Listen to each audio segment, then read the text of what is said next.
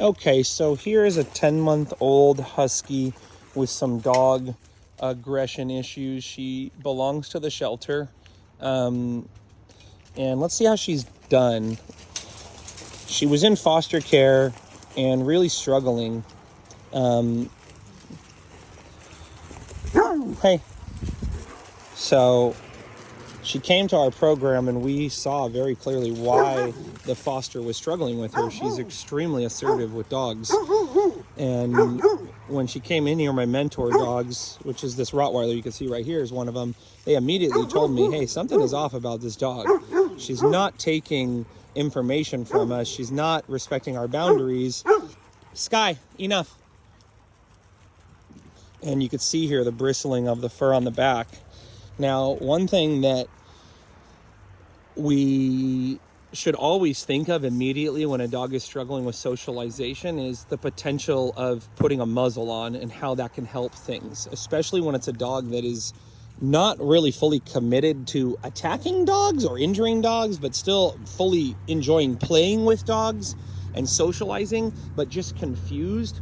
One thing we should always think about is get a muzzle on the dog immediately, so that if they do have an outburst, you don't have to remove them from the social yard, which can actually reinforce the behavior. They learn, hey, if I get overwhelmed, I go crazy, I freak out, and then I'm not overwhelmed anymore because they removed me from the situation. So you can see her very curious here about the other dogs. Curious about the grave marker to one of my dogs who's buried right there, actually.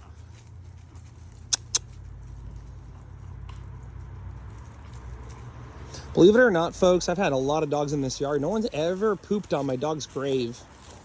Probably hundreds of poops I've picked up in this yard, and I mean, maybe once somebody pooped on a grave, but that's just another thought. So that's just something to think about, folks. If you have a dog struggling with socialization, what's the harm of introducing a muzzle? What is the danger of introducing a muzzle? And what could be the benefits of introducing a muzzle? What we find is there are definitely far more benefits than risks or negative consequences of having a muzzle on the dog. Muzzle is the only way I'm able to stand back here and observe socialization and not have to be in the middle of it all to, be ready to stop her if she does something crazy.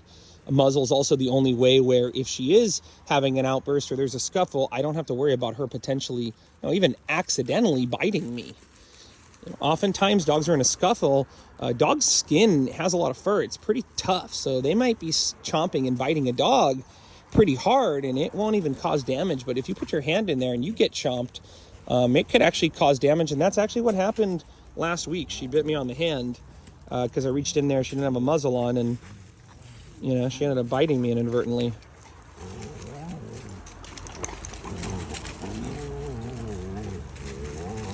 Now, this is a moment where we might do one-on-one playtime with her and Einstein. Sometimes dogs that are struggling with socialization, they do better in one-on-one interactions where they can really learn boundaries and learn about themselves from one other dog. Sometimes environments like this where there's a lot of dogs, it could be very chaotic. So let's see what happens when she gets in there, and she's just in there with Einstein by herself now.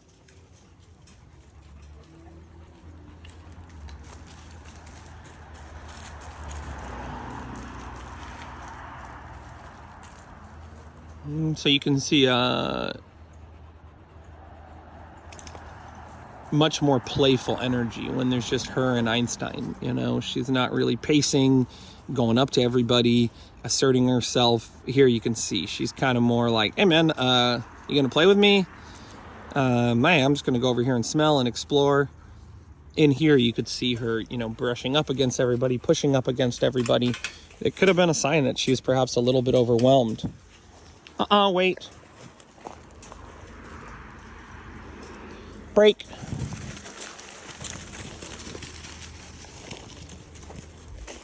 You can see when all the dogs come out, starts putting her fur up, not smelling anymore. Now trying to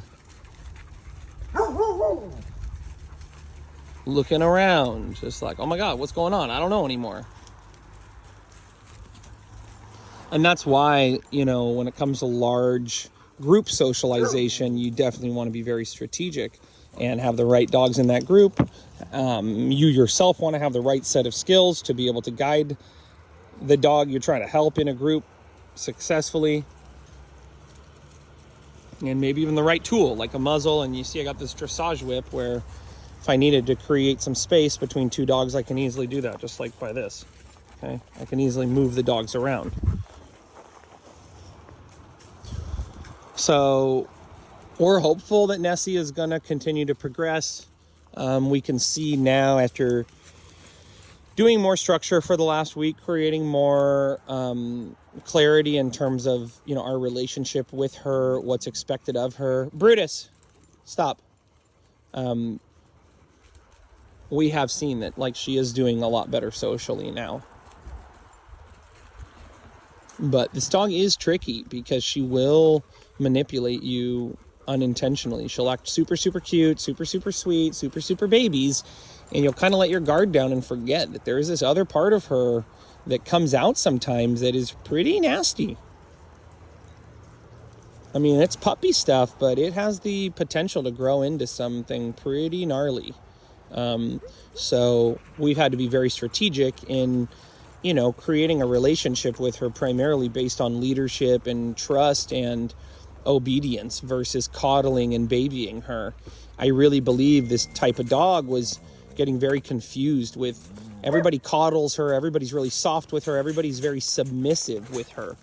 And when she comes into a dog pack, she doesn't understand, hey, why aren't you guys acting like people act? You know, people are really soft with me. People are really submissive with me. People are always petting me and giving me things. Nobody really sets boundaries or, hey, enough.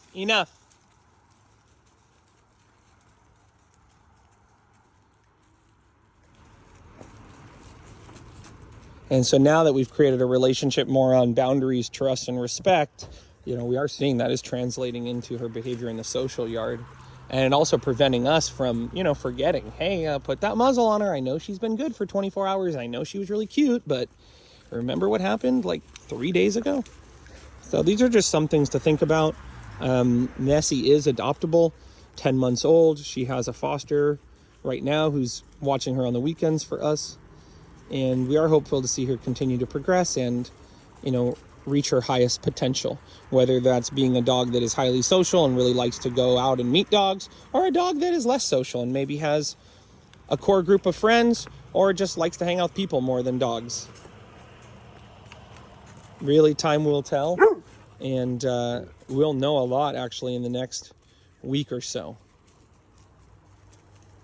Now that I believe she's kind of come over this hump of, you know, flipping out, we'll see how she does. Okay, folks, well, remember, as always, we don't blame them, we train them, and if we love them, we lead them. Okay, take care.